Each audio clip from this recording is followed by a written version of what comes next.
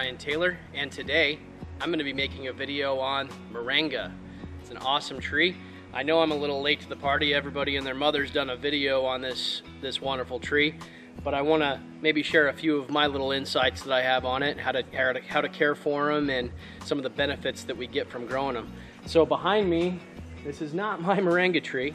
This isn't even in my city. This is in Chandler, Arizona. I've done a couple little videos with this tree in the past, but this particular tree was planted in 1994 by my parents' neighbors. At the time, I had no idea what it was. I just knew that it was a cool tree. Then I started getting into tropicals. I learned what moringas were and how impressive they were. I remember coming over to my parents' house thinking, well, that's not a moringa, that's too big. That thing is massive. So you can see in this clip, my boys, when they were younger, were doing a little interview, and that video is still available if you want to check it out, about the owner of this tree, who has since passed, but is an awesome person, and we kind of, every time we see this backyard and this tree, we think of her. But you can just see how massive it is. It's so massive, in fact, that it was planted about 2 feet from the wall, and it's literally tipping the wall over because my parents love the neighbors and really appreciate the tree. They've done their part by bracing the wall. I'll show you guys that in a minute, and doing everything they can. Now the reason for this is the moringa's roots are like a ball itself. They grow out. They can almost get as wide as the canopy. A lot of people will harvest those roots for their taste. They apparently taste like horseradish. I've told that they're not really good for you to eat them that way, but that is one of the many uses you can do with moringa.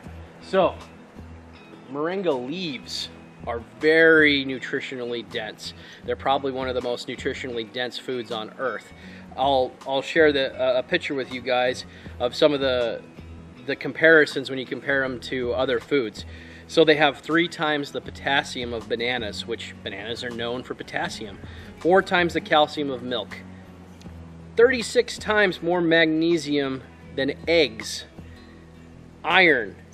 You think of spinach when you want to get a lot of iron. Well, ounce for ounce, moringa has 25 times more iron than spinach does. You think vitamin C, you think citrus, you think oranges. 7 times more vitamin C than oranges. You want to get good vitamin A for your eyes? You eat some carrots, right?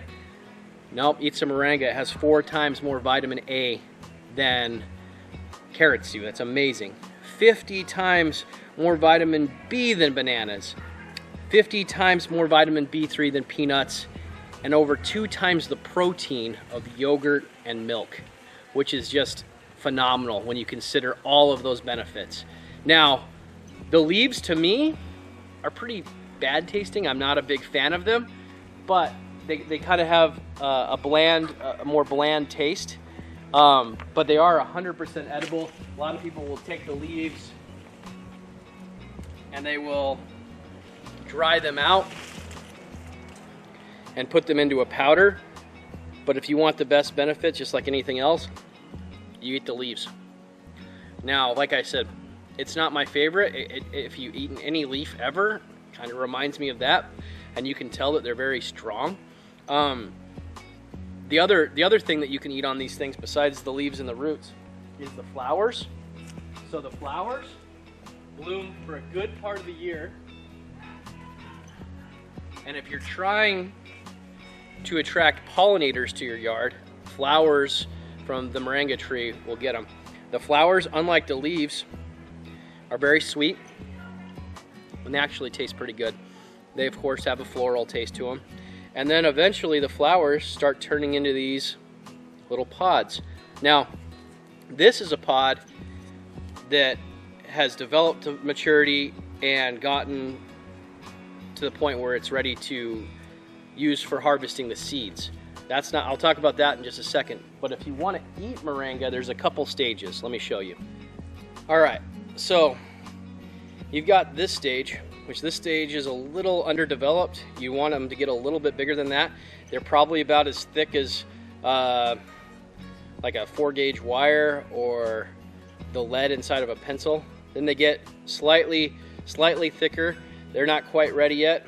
Then you get it to the point where you're getting really close to that pin or pencil type diameter. Then when you get into that pencil diameter, this is like the perfect size. You can get like a potato peeler and peel the outer layer of skin off, and you can cook them, and they taste very close to asparagus to me. And I think asparagus tastes wonderful, so it's one of the few vegetables that I'll eat. If you let it grow past that, you start seeing these little bumps inside. It's because the seeds themselves are forming and developing, and at that point it gets a little harder, a little more fibrous to eat. And then you get to this point where you see the big ridges. It's kind of past that point that you're going to want to eat it, and there's not much you're going to do with them once they're that size. But the pods to me are the money maker when it comes to this plant and giving you food, because of the way they taste. They're more palatable, they're very pleasing to eat. We're going to make some for Thanksgiving, but I forgot about them and they sat in the fridge. But they're so good to eat, so I would recommend them for that. Let me show you the seed pods. All right, so now I'm going to talk a little bit about the care, but I'll start off with the very first step in trying to grow a moringa tree is grow it from seed. So seeds can grow really fast, and you'll have a good sized tree within a year or so. Buying them from a Home Depot or a nursery, you can do that, you can be successful, but with how fast they grow, it's not really necessary. And you won't have any of the possible rejects like messing up the root system when you're transplanting them that you would get from planting from a seed. So you get a dried seed pod. That's important. I haven't had any luck trying to grow it in any other way. And you open it up. See, this pod's already lost a couple seeds, but the seeds are inside like this. And when they come out, it's got its own little wrapper around it. It's pretty cool. I usually will leave that on. I'll put them in a plastic bag, soak them, and then plant them in the ground. Now, moringa are a drought tolerant tree. And not only are they drought tolerant, which is great for Arizona, they actually die if you overwater them. I've killed so many of these by having them in an area where plants need a lot more water than what I've been able to give them. So soak these in water, put them in an area of ground that gets a little bit of water, you know, possibly a grass watering schedule. You might want to put like a tomato cage around it so you remember where it's at, so you don't actually mow it over or anything, and it will grow really fast. I had one tree that grew about 6 feet its first year. Okay. The next thing with moringa trees, a lot of people will say they're deciduous, which if you don't know what that means, it means that they lose their leaves in the winter time. That's true, but they're not really supposed to. They basically die back because they can't handle the freezing temperatures, and then the new leaves come in. But if we didn't have a cold spell or a cold season, these would continue to flower and fruit. They don't have a chill requirement that they need that season for. In fact, they are growing very well in areas that do not get a very high average rainfall at all, and they definitely don't get supplemental water like we can when we're here in Arizona. So don't overwater them. That's a big tip. If you're going to plant them, don't plant them in the fall or winter or even early spring. You need to wait until after that first frost is over, because the small trees are going to be vulnerable to that frost and they will die. Best time to plant them is once you know that last frost has come. So usually in Arizona we see that, you know, mid-March and on. Once they're established, you're good to go. They're going to be a strong growing plant for you, and you'll have plenty of food for years to come. Now, some people will grow them like a hedge and cover a giant area. That's great. They will grow, they'll intertwine, they'll pollinate each other, and they're going to do great. So those are some of the main tips that I have for growing these things, and I hope that everybody tries to grow this wonderful plant, because it is an amazing plant. You saw in the beginning of the video that I put all the nutritional facts about it.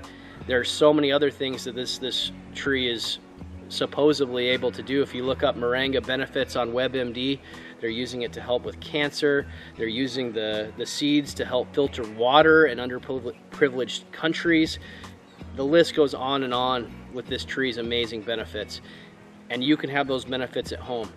If the world were to come to an end tomorrow and it was a zombie apocalypse or something, COVID-21 or whatever is going to come next, you could literally live off this tree.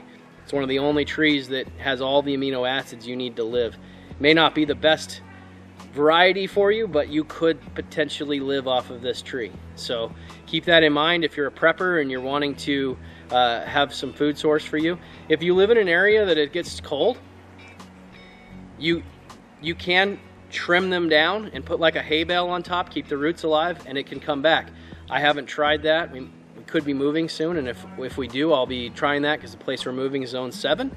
And that would be a little bit more of a challenge, but I'd want to still try to grow this plant.